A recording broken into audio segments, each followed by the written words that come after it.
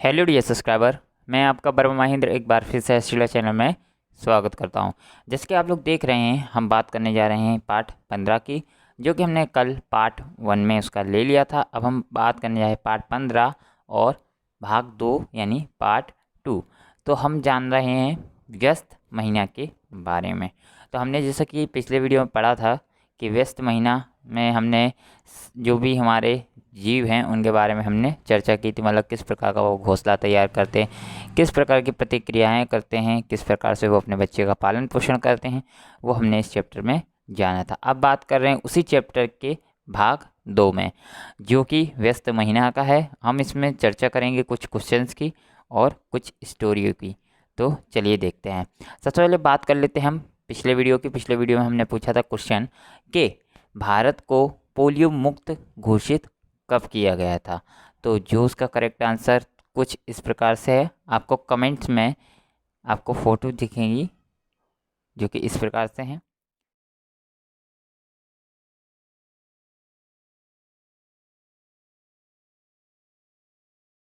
ठीक है, आपको कमेंट्स की फ़ोटो दिख चुकी होंगी। थैंक यू कमेंट्स करने के लिए इतना लोगों का। अब इसका जो करेक्ट आंसर है वो है 27 मार्च 2014, जो कि पोलियो मुक्त देश भारत को बना दिया था इस डेट को। ठीक है, अब चलिए बात। तो देखते हैं पहला क्वेश्चन जो कि दिया है, गिजू भाई ने यह पत्र कितने साल पहले लिखा था। तो हम कहें गिजू भाई ने यह पत्र लगभग 75 साल पहले लिखा था। ठीक है, अब जानते हैं नेक्स्ट क्वेश्चन के बारे में। यहाँ कई पक्षियों की बात की गई है, इनमें से कितने पक्षी आपने देखे हैं। तो हम बात करें यहाँ पे हमने कौन कौन से पक्षी देखे हैं, तो हम चिड़िया की बात कर सकते हैं, कोयल की बात कर सकते हैं, कबूतर की बात कर सकते हैं, दर्जन चिड़ियाओं की बात कर सकते हैं जिसको हमने यहाँ देखा है। नेक्स्ट क्वेश्चन है, आपने इन पक्षियों के अलावा और कौन कौन से पक्षियों को देखा है। तो हम बात करें इसके अलावा हमने और भी पक्षी देखे जो कि थे, एक तो दार्जिन था और बदक थी और कोयल थे। ऐसे हमने पक्षी देखे हैं और इसमें हम सारस, चील, गिद्ध आदि बता सकते हैं।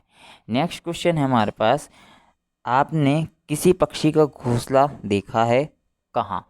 तो घोंसले की बात करें तो हम कहें कि हाँ हमने देखा है। हाँ, मैंने पक्षी का घोंसला देखा है पास के बगीचे के पेड़ पर। ठीक है, आगे क्वेश्चन देखते हैं, आपका मनपसंद पक्षी कौन सा है। कक्षा में मित्रों के समक्ष उसकी तरह आवाज़ निकालकर और उड़कर दिखाइए। तो ये आपको प्रतिक्रिया है जो कि आपको खुद से करके दिखानी होगी, और जो कि इसकी आवाज़ की बात करें तो वो आपको खुद से निकाल कर और उसको लिखना होगा। ठीक है, ये आप पर क्वेश्चन है। नेक्स्ट क्वेश्चन दिया हुआ है, यह पक्षी पहचानिए, सिर पर मुकुट और पूंछ में सिक्के, सिर से दुम दिखे बस नीले पट्टे, संकेत है हमारा राष्ट्र पक्षी। तो आप लोग जानते हो कि हमारा राष्ट्र पक्षी कौन सा है। तो मैं आपको बता दूं, हमारा राष्ट्र पक्षी जो है वो मोर है। तो इसका करेक्ट आंसर आपको क्या भरना है, मोर। नेक्स्ट है, अपने घर में या आसपास आदि किसी पक्षी का घोंसला हो तो उसे ध्यान से देखिए। ध्यान रहे, घोंसले के बहुत पास नहीं जाना है और उसे छूना भी नहीं है। यदि ऐसा करेंगे तो फिर सभी घोंसले में दोबारा नहीं आएंगे। कुछ दिन घोंसले का अवलोकन कीजिए और निम्न बातों का बताकर उसे लिखिए। तो आपको क्या करना है, घोंसले के पास जाना है। घोंसले के पास जाके आपको घोंसले को छूना नहीं है और थोड़ा डिस्टेंस बना कर रखना है, क्योंकि अगर आप देख लेंगे, अगर पक्षी देख लेंगे तो वो दोबारा उस घोंसले में जाने की कोशिश नहीं करेंगे, वो उसको छोड़ देंगे। इसलिए जो भी अवलोकन आप लोग करें थोड़ा ध्यान से करें। ठीक है, वो आप पे छोड़ता हूँ मैं। नेक्स्ट क्वेश्चन है, घोंसला कहाँ पर बना है। तो घोंसला कहाँ पर बना है, आप सभी जानते हो घोंसला कहाँ पर बन सकता है। घोंसला ज़्यादातर पेड़ पर ही बनता है, तो इसका आंसर जो होगा वो घोंसला पेड़ पर बना हुआ है। ठीक है, या तो कहें पेड़ की डाल पर बना हुआ है, ऐसा भी कह सकते हैं। नेक्स्ट क्वेश्चन दिया है, घोंसला किन किन चीज़ों से बना है। तो घोंसला किन किन चीज़ों से बना है, तो हम बात करेंगे घोंसला घास और तिनकों से बना है। नेक्स्ट क्वेश्चन है, नेक्स्ट क्वेश्चन दिया हुआ है, घोंसला बन चुका या पक्षी से अभी भी बना रहे हैं।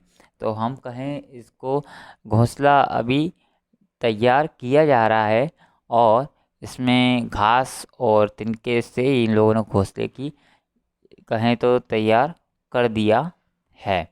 ठीक है, और आगे देखते हैं। नेक्स्ट क्वेश्चन है, क्या आप घोंसला बनाने वाले पक्षी को पहचान सकते हैं? तो यहाँ पे बात की है कि घोंसला किस पक्षी ने बनाया है, तो आपको बताना है। तो हम बात कहें कि हाँ, हम जानते हैं वह कौवा है जिसने ये घोंसला बनाया है। ठीक है, नेक्स्ट है,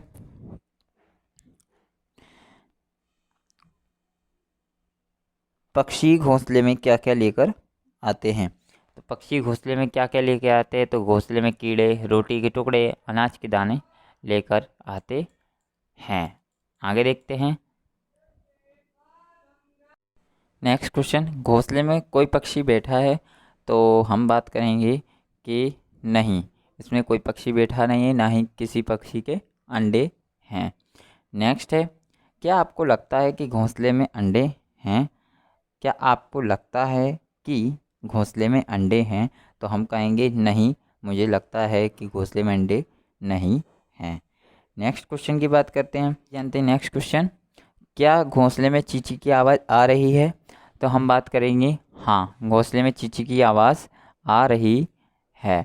नेक्स्ट क्वेश्चन है कुछ इस तरह से है, अगर घोंसले में बच्चे हैं तो उनके माँ बाप खाने के लिए क्या क्या लाते हैं? तो हम बात करेंगे, अगर घोंसले में बच्चे हैं तो उनके माँ बाप खाने के लिए अनाज के दाने, रोटी के टुकड़े और कीड़े आदि लाते हैं। ठीक है, जिससे बच्चे का पालन पोषण होता है। नेक्स्ट, ये पक्षी एक घंटे में कितनी बार घोंसले में आते हैं? तो हम बात करेंगे, बच्चे लगभग 1 घंटे में 3 बार घोंसले पर आते हैं। नेक्स्ट क्वेश्चन है, ये पक्षी बच्चे कितने दिनों के बाद घोंसले छोड़ देते हैं? तो हम बात करें, ये बच्चे लगभग 1 महीने बाद घोंसला छोड़ देते हैं। नेक्स्ट क्वेश्चन दिया है, घोंसले का चित्र अपनी कॉपी बनाइए। तो आपको किताब में घोंसले का चित्र दिया है, वो आपको खुद से बना लेना है। नेक्स्ट है, आपने देखा कि पक्षी से अलग अलग चीज़ों से अपना घोंसला बनाते हैं। ठीक है, उनमें से कुछ चीज़ों का उपयोग करके भी घोंसला बनाइए। उस घोंसले में कागज से एक पक्षी बनाकर रखिए। आपको क्या करना है, आपको ये क्रियाकलाप है वो आपको खुद से करना होगा। आगे देखते हैं, पक्षी अपने घोंसले का उपयोग केवल अंडे देने के लिए करते हैं। बच्चे बड़े हो जाने पर वे घोंसला छोड़ देते हैं।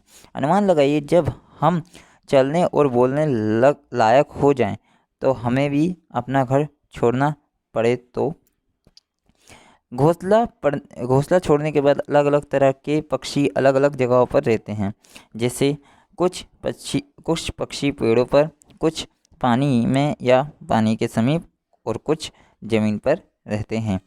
अन्य जानवर भी अलग अलग स्थानों पर रहते हैं, ज़मीन पर, ज़मीन के नीचे और पानी में और पेड़ों पर।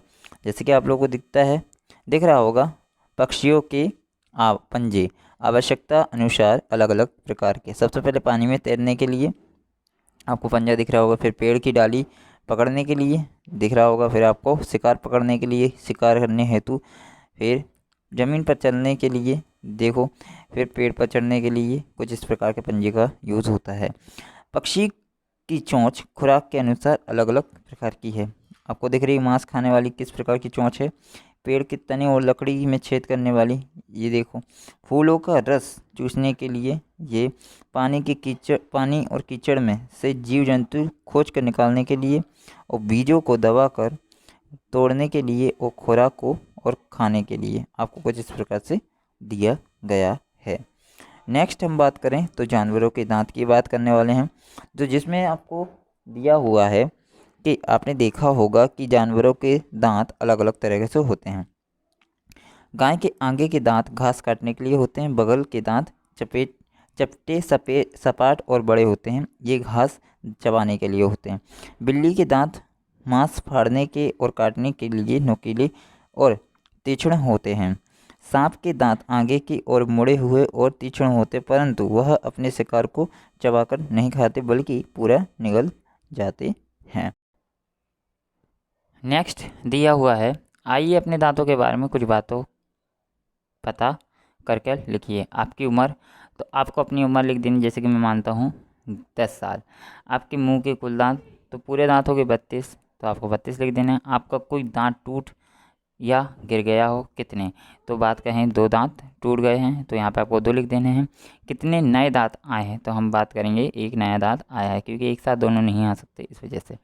आपके कितने दूध के दांत टूटे हैं पर उन्हीं जगह पर नए दांत नहीं आए हैं, तो हम बात कहें कि यहाँ पे अभी एक भी नहीं है ऐसा जो दूध के दांत टूटे और फिर आए ना हो।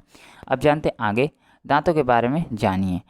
आपने चित्र में अपने मित्र के दांत देखे, मतलब अपने दोस्त के मित्र के दांत देखने हैं। क्या दांत अलग अलग तरह के हैं?